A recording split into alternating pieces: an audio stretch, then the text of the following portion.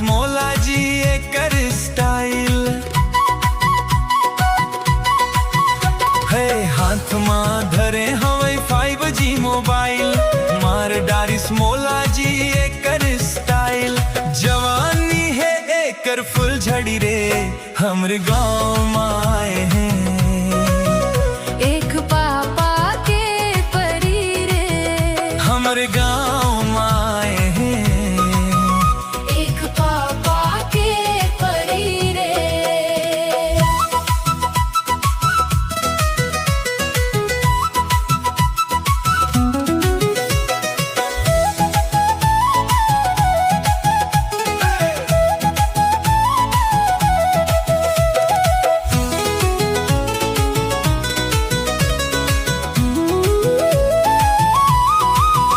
कभू जींस पहिरे रही थे, कभू जी सरारा। दिखे मालागत है 8वां जुबा।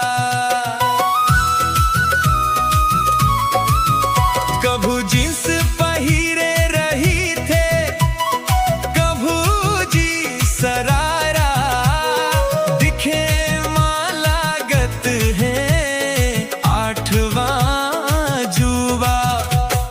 चेहरा बना थे अतरंगी, कभू तो पटही जी संगी।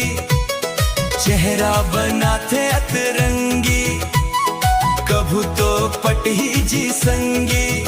तुरी दिखत है ब्यूटीफुल रे, हमरे गाँव में आए हैं एक पापा के परी रे।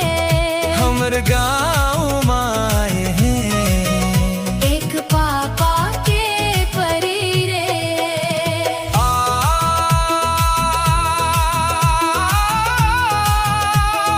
पापा के परी।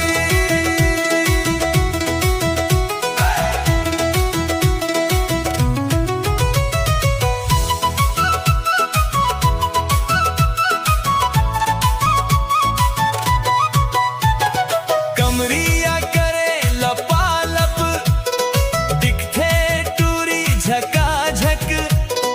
बात करते लपर लपर, मेकअप करते टपाटप। कमरिया करे लपालप, दिखते टूरी झकाझक। बात करते लपर लपर, मेकअप करते टपाटप। होंठ में लगाए हैं लिपस्टिक, हिल के बेमेतरा डिस्ट्रिक्ट।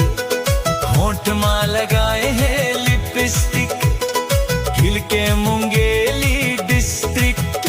तुरी दिखत हवे भारी चुलबुली रे, हमरे गाँव में आए हैं एक पापा के परी रे। हमरे गाँव में आए हैं एक पापा के परी रे। हाथ में धरे हमें 5G मोबाइल, मार डारी स्मोला जी एकर स्टाइल।